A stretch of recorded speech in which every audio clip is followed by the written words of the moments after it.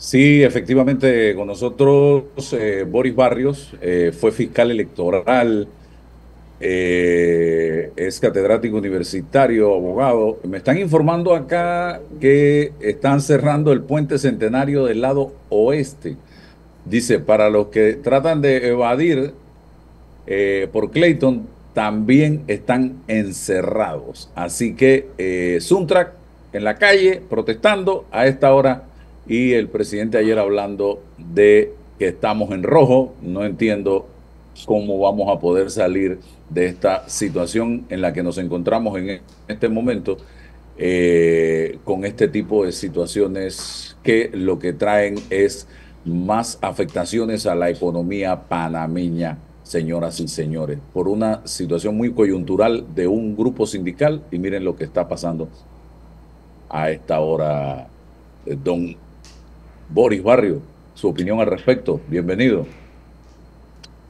Buenos días, Álvaro. Buenos días, Mariela. Qué gusto saludarte. Tan guapo, Alisbenca. compañero, tan flaco, se ve Buen usted muy día. guapo, compañero. No, no es por hambre, Mariela, no es por hambre, es por cuido. Bueno, me le combino, me le combino. Gracias, muy amable. Álvaro, tenemos como país bueno, el presidente creo que está anunciando los retos que tiene y haciendo correcto en lo que anuncia. Y en efecto, bueno, el grupo que está ahora mismo, que me acabo de enterar contigo en el centenario, yo vivo en La Chorrera, quedo en la semana acá, porque ese tranque ya no está para gente de mi edad. Ese es un deterioro de la salud, del trabajo, no, realmente es insoportable. Y encima de eso, cuando trancan las vías, la gente llega a su trabajo muy tarde. Eso afecta a la economía del país, afecta a la economía personal, afecta a la salud, la vida. No, no, es terrible, Álvaro. Me acabo de enterar y ya significa que mi asistente van a llegar tarde. La economía de mi oficina hoy sufre un trastorno. Por todas partes se afecta el país. Ya, ni modo. Es una extorsión, Definitivamente. Álvaro. Es que lo que yo veo en esto es que estamos en manos de un grupo.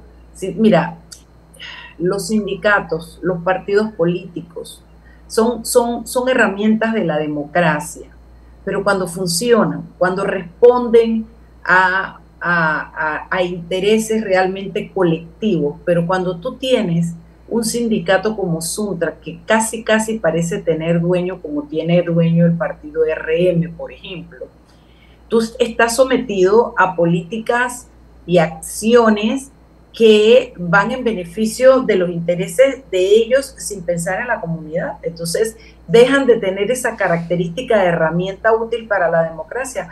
Realmente este país una, otra y otra vez se ha visto secuestrado por la fuerza que ejerce el Suntrack a través de la dirigencia de Saúl Méndez, sobre todo, porque ya Genaro ni aparece el pobre, pero también tuvo su época de luz. Sin embargo, lo que quiero resaltar es que se ha convertido en una herramienta de extorsión para el país y no ha habido manera. Mira, yo me quejo de que el actual presidente, a quien conozco desde hace muchos años, tiene un carácter así como fanfarronero y yo me quejo de eso, ¿no? Y estoy aquí sentadita esperando ver todos los espectáculos que nos va a tocar ver con eso, pero lo espero, está bien, ese es su carácter y a nosotros nos tocará acostumbrarnos a una parte y a él le tocará bajar dos partes para poder llegar.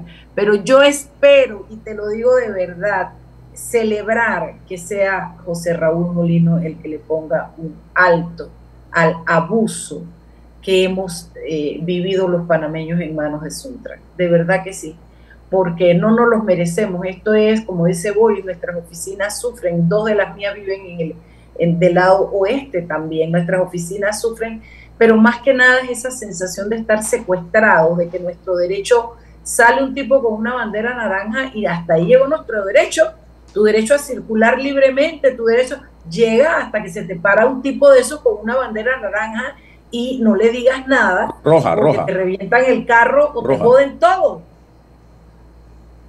Bandera roja. Mariel. roja, perdón, yo le digo naranja, pero es roja, de verdad que es un rojo muy, muy particular.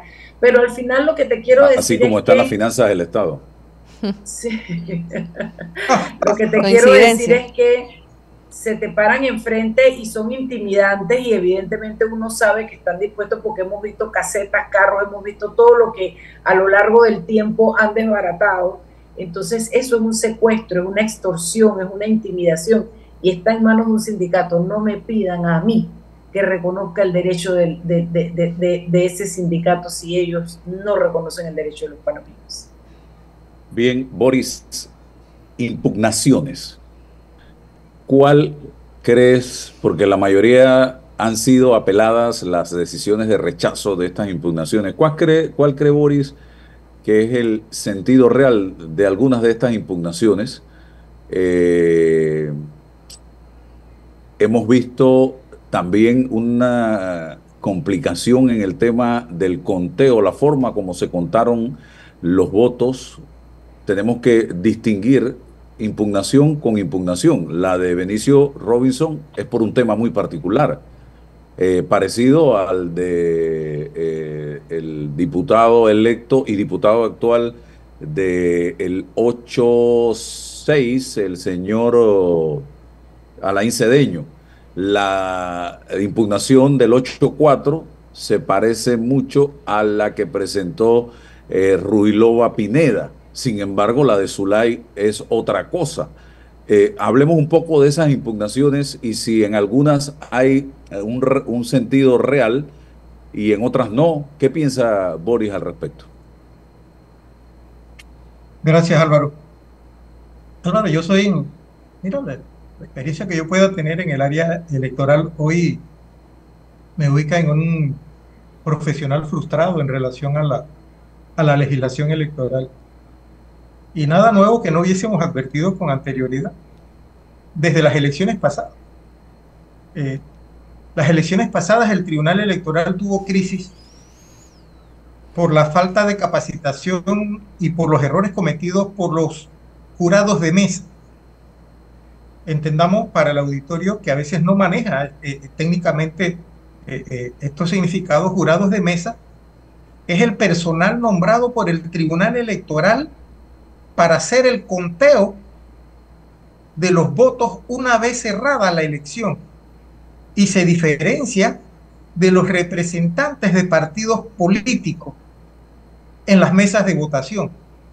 Los representantes de partidos políticos y de candidatos por libre postulación no cuentan votos, solo son observadores, solo están allí para seguir el conteo, para tener información de primera vista, para lo que se llama hoy la defensa del voto, que no debería llamarse en esos términos porque no debemos defender el voto, debemos tener la confianza en el Tribunal Electoral que va a garantizar el voto de todos los panameños, pero hoy no es así. Y tenemos que decirlo, y parte de nuestra frustración es esta. Entonces, en los jurados de mesa, desde las elecciones pasadas, mira, hubieron en las elecciones pasadas aproximadamente unos 60.000 votos presidenciales que estuvieron jugando en actas con inconsistencias, con actas alteradas, pero que no fueron revisados porque en último momento, cuando se anunció que se iba a presentar una impugnación presidencial, nunca se presentó por razones que desconocemos.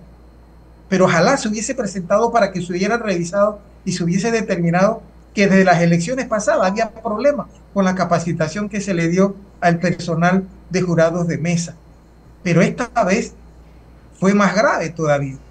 Y esta vez muchos de los candidatos, muchos de los ciudadanos no se quedaron tranquilos y presentaron las impugnaciones, por una parte. Otra parte, Álvaro, es que sí, tú sabes que en política hay revanchismo, hay venganza, hay inconformidad. Hay personas, candidatos que invirtieron mucho dinero y nunca pensaron perder. Nunca tuvo en su mente perder. Y todavía hoy día no aceptan haber perdido. No han entendido el mensaje que dio la ciudadanía. En parte bueno, en parte malo. Pero un mensaje de la ciudadanía, del electorado. Entonces, hoy día tenemos el país y este proceso electoral que todavía se mantiene abierto, las más grandes impugnaciones que se hayan presentado en elección alguna. 22 diputados impugnados, 14 representantes, un alcalde, de información que yo tengo. Entonces nunca se había presentado tanta impugnación como esta vez, a pesar del alto costo de impugnar con anterioridad. Por ejemplo, para impugnar a un representante eran $100, se subió a $2,000. Antes, para impugnar a un alcalde, eh, eran que $1,000, ahora se subió a $10,000. Lo otro, $2,000, hoy se subía a $25,000 para diputados. Y eso lo subieron en las reformas electorales los diputados que hoy perdieron y que hoy están impugnando porque nunca pensaron perder y porque nunca quisieron que les presentaran impugnaciones. Álvaro, nuestra legislación electoral es una legislación política y vamos a volver a tener un proceso de reforma electoral en la misma línea, una reforma electoral política, porque los representantes de la Comisión de Reformas Electorales son políticos y responden a intereses políticos. Entonces, mientras nosotros no entendamos que tenemos que hacer una reforma electoral integral y crear un código de procedimiento electoral y no dejar a la libre discrecionalidad de los magistrados y hoy de los jueces electorales, nosotros no vamos a avanzar como país en materia electoral. Y aparte de eso, entender que el Tribunal Electoral tiene que evolucionar. Ya no pueden seguir siendo 3 magistrados que organicen elecciones, que participen en componentes, en acuerdos políticos, en acuerdos de recámara y a la vez sean los que administren justicia electoral. No, ya eso no puede seguir. Tenemos que hacer el cambio. Y una cosa es quien organiza elecciones y otra quien administra justicia. Y por eso tiene que evolucionar el Tribunal Electoral. En otros países estas son 2 instituciones totalmente separadas. El que organiza elecciones baja, camina con los políticos, come con los políticos, se sienta con los políticos, coordina con los políticos, hace componendas con los políticos. Sí, pero el que administra justicia electoral es una sala contenciosa aparte, que no participa de las componentes políticas, que no se mezcla con los políticos, porque ahí pierde la imparcialidad. Nosotros necesitamos jueces administrativos electorales, magistrados electorales que sean imparciales en su toma de decisión, que defiendan la Constitución y la ley y no conforme a acuerdos políticos. Entonces, tenemos un problema, Álvaro, que yo no sé si en las próximas reformas alcancemos a resolver, porque el interés político no se ve, no hay la voluntad política.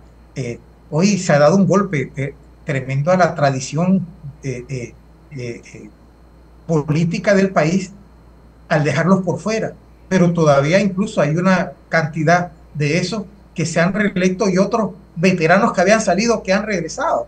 Y hoy la pugna por la asamblea, el por qué estamos, quiénes van a integrar la asamblea y quién la va a presidir, es precisamente porque dominar la asamblea, el primero, es mantener el poder, o aislar la asamblea del ejecutivo, o tener una posición por el país, que es lo que se está trabajando en estos momentos. Entonces, frente a las impugnaciones que se han dado, sí, mira que ahí tenemos que distinguir impugnaciones de elecciones que son nulidades de elecciones, impugnación de proclamación de candidato. En efecto, tú hacías una diferencia, una distinción en antes.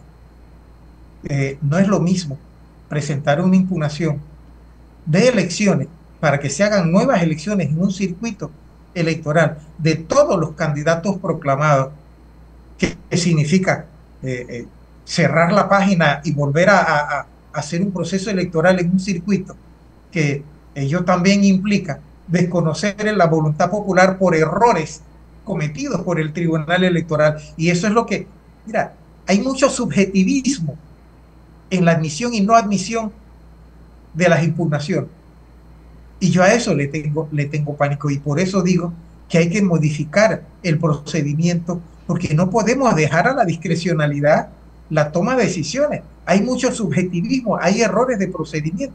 Si yo presento una impugnación, el Tribunal Electoral decide si la admite o no la admite.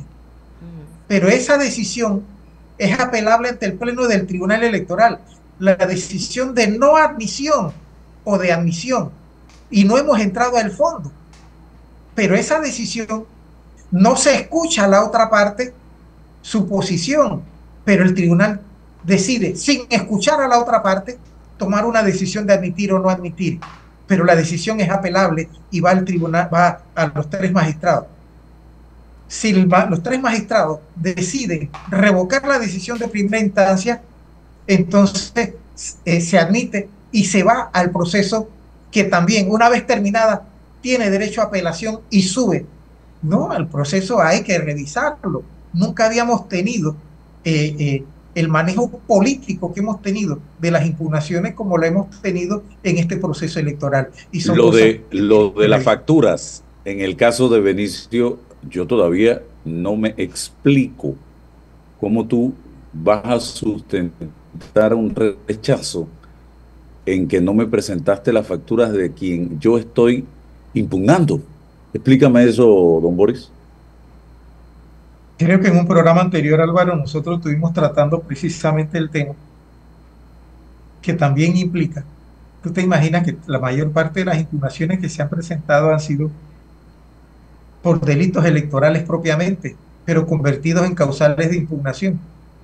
Eso significa que hemos tenido una fiscalía electoral que no ha hecho su trabajo, que ha mirado para otro lado, que no le ha preocupado nada, viendo cómo los candidatos usan los recursos del Estado, los usaron a través de la paralela, y sabiendo que era así, y recibiendo las informaciones, no investigaron. Entonces nos convirtieron en causales de impugnación los afectados.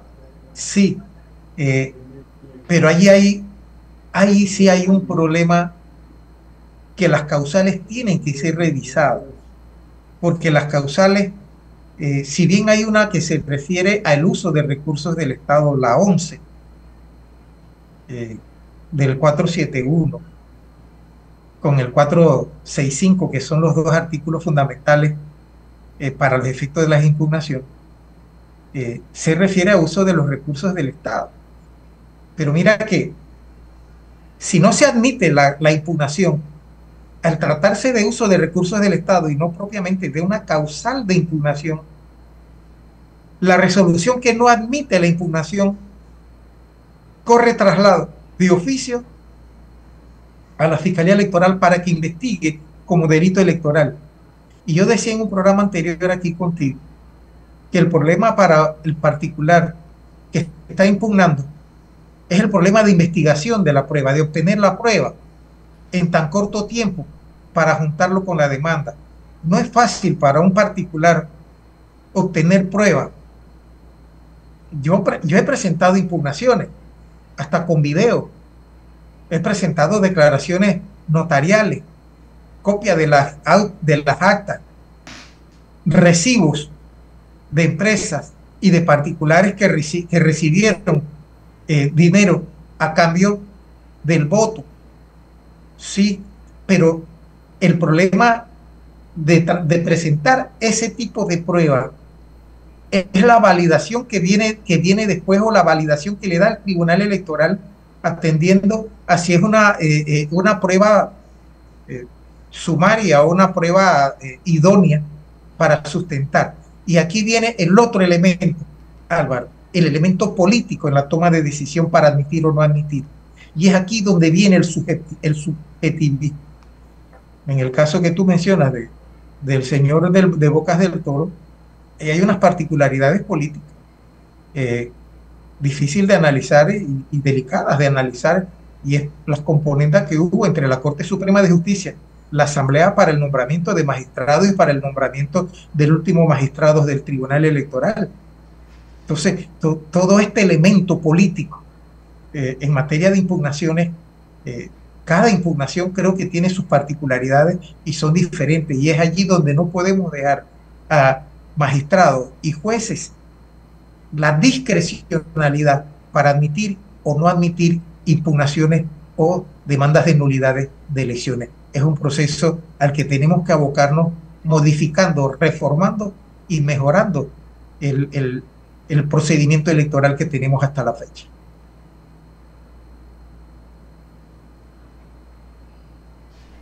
Audio, Álvaro. El micrófono se cerró. Mariela Elisbeca, no sé. No, Para ser la verdad es democráticos. que con un hombre como Boris Barrio, que es como una Biblia andante en el tema de electoral, es poco lo que queda por recoger, simplemente pues la opinión y el análisis, ¿no? De lo que dice y que realmente la gente habla, la gente a veces no aprecia, no entiende qué es lo que uno pelea cuando uno habla de institucionalidad. Y ahora en materia electoral hemos visto cómo la institucionalidad afectada trae consecuencias. Desde el día 1 hablamos de la figura del fiscal electoral, a quien yo conozco, incluso que tengo aprecio porque es un buen hombre, pero es un hombre militante de un partido político que ha hecho un trabajo nulo y que se recoge también en este tipo de impugnaciones y en este tipo de situación política de ahora. Estamos hablando de que cuando se hacen reformas electorales en la comisión de reforma, en la comisión no, sí, en la que no en la de gobierno, sino en la de ciudadanía, se hacen las reformas electorales, llegan a la asamblea y sufren todos los cambios y recortes que los dejan convertidos en nada, los pocos avances que se puedan conseguir. Y por último, una situación como la de Benicio Robinson, que tuvo una participación cacareada. Nadie lo puede probar. Es que en este país el problema es que las pruebas se convierten en unicornios que nunca vas a encontrar y que nunca vas a poder aportar. Entonces nadie puede probar, pero ha sido tan cacareado el intercambio que se hizo para la designación de magistrados, que fíjate la sutileza, Álvaro. Sería normal porque hay momentos en que la Corte nombra, hay momentos en que el Ejecutivo nombra, pero cuando tú permites que haya ese intercambio y en el Tribunal Electoral se nombra a alguien por parte, no ni siquiera de un partido político, porque la designación, dicen lo que dicen que saben, a mí no me consta que fue directa de Benicio Robinson, a la vuelta de la esquina. Este es el problema, esta es la institucionalidad. Tú tienes ahora un magistrado nombrado, dicen que por Benicio Robinson, en un intercambio de yo te nombro el de la Corte, yo te digo que tú nombres de la Corte, déjame nombrar a mí el del Tribunal Electoral, sabiendo que se avecinaban las elecciones. Y ahora tenemos un magistrado en el Tribunal Electoral que, como bien acota se me fue mi nombre de mi amigo Barrio. ¿Ah? Boris Barrio, ahora resulta que el hombre es el que tiene que decidir, es parte de la decisión de la impugnación de esa persona que dicen que lo nombró. Eso es institucional, es falta de institucionalidad, es falta de fortaleza, no hay pesos ni contrapesos en la institución, todo recae sobre 3 magistrados, todo, porque todo lo que viene para abajo depende de ellos, no hay individualización de los trabajos y de las materias, no hay peso de institucionalidad. Entonces, yo te voy a decir una cosa, la gente tiene una cara bien dura y una máscara, pero tú sales a la calle y tú no vas a decir yo me declaro impedido, porque tú sales a la calle sabiendo que la gente te está viendo la cara y sabe que tú fuiste nombrado por fulano y que tú estás dentro del fallo de fulano. Es muy fuerte. Yo no sé la gente cómo se come y cómo se trae esa vaina, de verdad que sí, pero lo cierto es que es nuestra realidad actual. Sí se impone una reforma electoral en el sentido de separar las funciones, como dijo Boris, y sí se impone en este momento quitarle la cara dura al magistrado. Ojalá lo pueda entender y se pueda declarar impedido. Y ojalá me calle la boca también, porque yo no tengo ningún problema en equivocarme, ninguno. Que venga un fallo en derecho, porque aquí, para que tú puedas lograr algo en la corte y en un lugar como este, evidentemente tienes que aparecer con el unicornio en la mano de que te la prueba. Aquí está, yo vi cuando hizo esto. Eso no es posible, ese es el trabajo que se les encomienda, esa es la investigación que tienen que hacer, ese es el juicio de valor que tienen que hacer, y no lo hacen y nos lo quitan, y nos quitan el derecho de que se haga simplemente diciendo usted no me trajo la prueba, pero usted tampoco salió a buscarla. Además que hay evidencias, que son más importantes. Muéstreme cuánto le costó cada cosa de las que están en estas imágenes, en estas fotos, en estos videos. Así de sencillo. Muéstreme las facturas de todo esto. Ahí está. No al que denuncia o al que impugna. Tráigame usted la factura. Más fácil por Dios, que hombre. eso. No me dé la factura. No me dé la factura. Dígame qué empresa usted le compró. Vaya el oficio para la empresa ordenando que se envíen todas las compras que se realizó fulano de tal, del periodo tal al periodo tal, vaya Hacienda para allá, o sea, Hacienda, oye, me tiré la cédula. No, Mariela y Álvaro, Mariela, ese es uno de los problemas que me quedé corto, Álvaro, en la respuesta a tu pregunta. Es que se trata de procesos simplificados. El impugnante tiene la obligación de probar según la norma de procedimiento.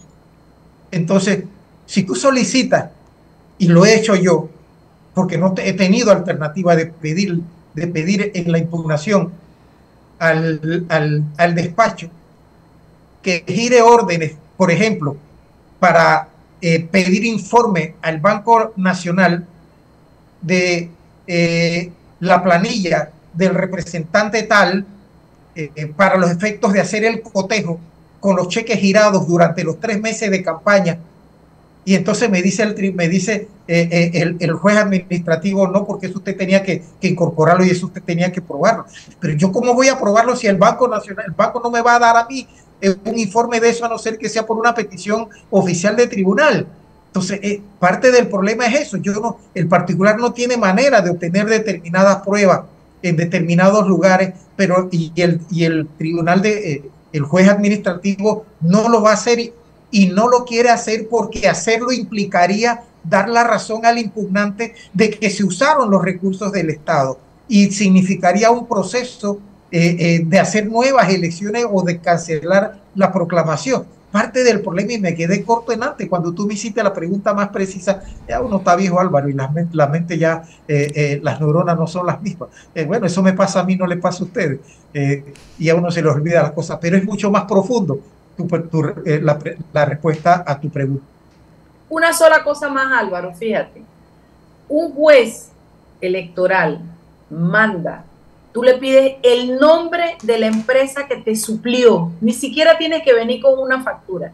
Y como dice Boris, el juez manda un oficio al banco y tú ahí percibes cuál es la cuenta que se está utilizando para pagar eso. Pues tú mandas al banco cuál es su banco y tú te das cuenta si la cuenta de banco es de la campaña o es interpuesta personal, porque todas esas cosas se hacen. Si tú logras saber en qué empresa tú hiciste la compra, tú investigas cómo se pagó la compra en la empresa, de ese hilo va saliendo información que tú vas persiguiendo, y vas a tener que cerrar el caso por exceso de pruebas, no por falta, por exceso de pruebas. Trazabilidad. Trazabilidad. Pero el dinero solo hay que seguirlo. Pero déjame decirte que nosotros como pueblo estamos, como sociedad, acostumbrados a que nos digan, nos tiren la puerta en la cara y digan, y ya, y no hacemos nada. Pero queda evidenciado el mal papel o el nulo papel que juega la justicia electoral en un fallo como el que se acaba de dar. Y yo espero tener que equivocarme, pero también en el fallo que viene bajando una apelación. Profe, profesor, buenos días. Sin norma de procedimientos, como usted lo dijo claramente, con requerimientos claros de esas reformas, que se han logrado algunas en los últimos años, sin embargo, como que no las necesarias para que este tema quede bastante claro o mucho mejor de cómo está. ¿Considera usted que ante el escenario actual se podrá lograr? O sea, eso es lo que realmente, porque usted ha sido bastante claro en su explicación de qué es lo que requerimos para que esto sea pues más transparente y que se puedan llevar las cosas como corresponde, pero ante el escenario actual, ¿cree usted que impulsar una reforma electoral ahora sí se podrá lograr como debe ser? Tengo mis grandes dudas, Libeika, tengo mis grandes dudas porque frente al modelo que tenemos, si no modificamos el modelo, yo primero no creo en la Comisión de Reformas Electorales. Lo he dicho públicamente y lo reitero. No creo en la Comisión de Reformas Electorales porque creo que el problema del modelo democrático del país importa a todos los panameños y la Comisión de Reformas Electorales es una comisión designada de a dedo, donde hay uno que otras personas que no representan la generalidad de la población panameña, de la sociedad panameña, y que para mí es una comisión ilegítima políticamente, porque al no representar a la mayoría de la sociedad panameña es ilegítima. ¿Quiénes están ahí? Estoy seguro de que los que estamos aquí presentes no sabemos quiénes están ahí y quiénes lo integran y para la próxima quiénes van a estar. Entonces, para mí es una comisión totalmente ilegítima que ya colapsó, que rindió sus frutos en su momento, después de la invasión del 90, que fue instalada para los efectos de cumplir con un proceso periódico de actualizar el código, pero que ya hoy no responde a esas expectativas.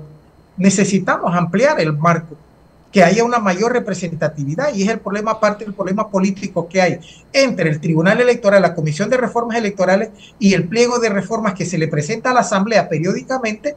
Cuando vienen los magistrados y dicen, pero es que yo no voy a firmar, avalar esto como llegó, porque yo no participé en esta discusión y yo no estoy de acuerdo con esto, y yo no me llamaron, no me avisaron. Sí, pero es que el partido político estuvo representado. Sí, pero estuvo representado por alguien que no tenía la capacidad de decidir por todos los demás. Sí, yo creo que sí, necesitamos una reforma electoral integral, Lisbeica, y mientras no la tengamos vamos a seguir en esta crisis, pero tenemos que cambiar el modelo, porque no podemos seguir dejando a la discrecionalidad de jueces. Mira, hoy la mayor parte de las decisiones que se toman es en base a la figura de un decretón.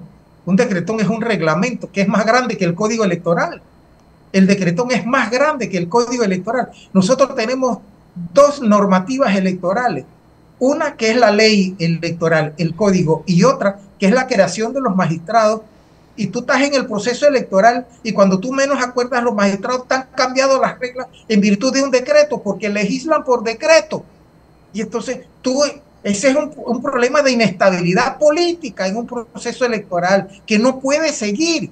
Entonces, por eso que nosotros hablamos de la necesidad de un código de procedimiento electoral donde las reglas no se puedan modificar, donde todo, es más, donde se estudie procesal electoral en las universidades, que se puedan dar seminarios, pero nosotros tenemos que esperar hasta que el Tribunal Electoral, el año anterior a las elecciones, promulgue el nuevo decreto electoral, que es una copia de lo mismo, siempre variando algunas cosas, para poder entrar a dar seminario, a estudiarlo. No hay tiempo.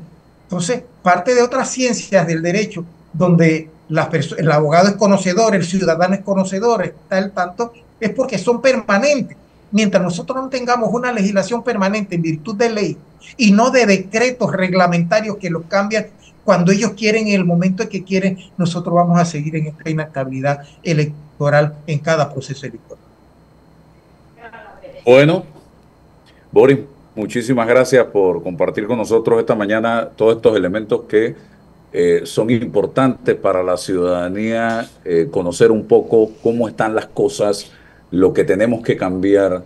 Creo que hay una gran oportunidad en la Asamblea desde los nuevos diputados independientes o de libre postulación, a ver si se meten de lleno en esto y por lo menos generan el debate, a ver si los acompañan los miembros de Cambio Democrático y el panameñismo, el PP, que son quizás la esperanza de que las cosas puedan mejorar en esa Asamblea. Y sí, los de RM, el PRD, entienden la necesidad de que estas cosas cambien de una vez y por todas. Y todas esas reformas, la gran mayoría, a través de la Asamblea, a nivel de leyes, y habrá que hacer algunas reformas puntuales en materia de la Constitución en caso de que nos metamos a tocar la Constitución, que veo como que ese tema se ha paralizado, como que no se habla de eso, don Boris. Sí, es correcto, Álvaro. Ese es un tema que una vez electo el presidente se ha marginado, se ha desechado, porque los que hablaban de reformas electorales eran candidatos a la presidencia que no salieron. Pero es un tema sobre el que hay que volver, por ejemplo. Y me preguntan siempre, repetir o una reforma constitucional para poner la segunda vuelta electoral, prudente o no prudente, conveniente o no conveniente. Yo antes renegaba de la segunda vuelta electoral, pero hoy entiendo que nosotros no podemos estar siendo gobernados por la decisión de una minoría con una ilegitimidad política, y nosotros tenemos que cambiar eso. Que la segunda vuelta electoral implica reforma constitucional, sí, algunos que hablan de que se puede hacer por ley, no, no. El modelo electoral viene dado desde el texto constitucional, y entonces para introducir eso hay que irse a la reforma constitucional. Vienen otros temas, la revocatoria de mandato. A mí me han consultado y me consultaron diputados electos de RM ahora con la postulación de Camacho a la presidencia de la Asamblea, si RM podía aplicarle la revocatoria de mandatos si ellos no votaban por RM. 5 candidatos electos, no voy a dar los nombres para no ser infidente con las personas. Yo le dije, no te lo pueden aplicar, porque es que existe la inmunidad parlamentaria. El artículo 154 dice que los diputados no son responsables de las decisiones, de los votos que emitan y de las opiniones que emitan en el recinto. Entonces esa inmunidad parlamentaria está por encima de los estatutos, no pueden aplicarte por el voto que tú emitas. Pueden aplicar la reforma, la revocatoria de mandato por actuaciones del diputado que afecten líneas de partido que no impliquen el voto en el recinto electoral, porque eso es la inmunidad parlamentaria, esa es la autonomía del diputado, ese es el principio fundamental que rige que el diputado responde a su conciencia y a la nación, no a un partido político determinado. Pero aquí en Panamá nunca se ha hecho una revocatoria de mandato directa de partido político. Las que se han hecho han sido producto de procesos judiciales donde se han inhabilitado a los políticos y como consecuencia se ha hecho la revocatoria de mandato, pero no una revocatoria directa. Son temas que hay que trabajar desde las reformas constitucionales, porque no se pueden trabajar vía simplemente ley. Sí, hay que trabajar reformas constitucionales, pero es un tema que se ha quedado callado.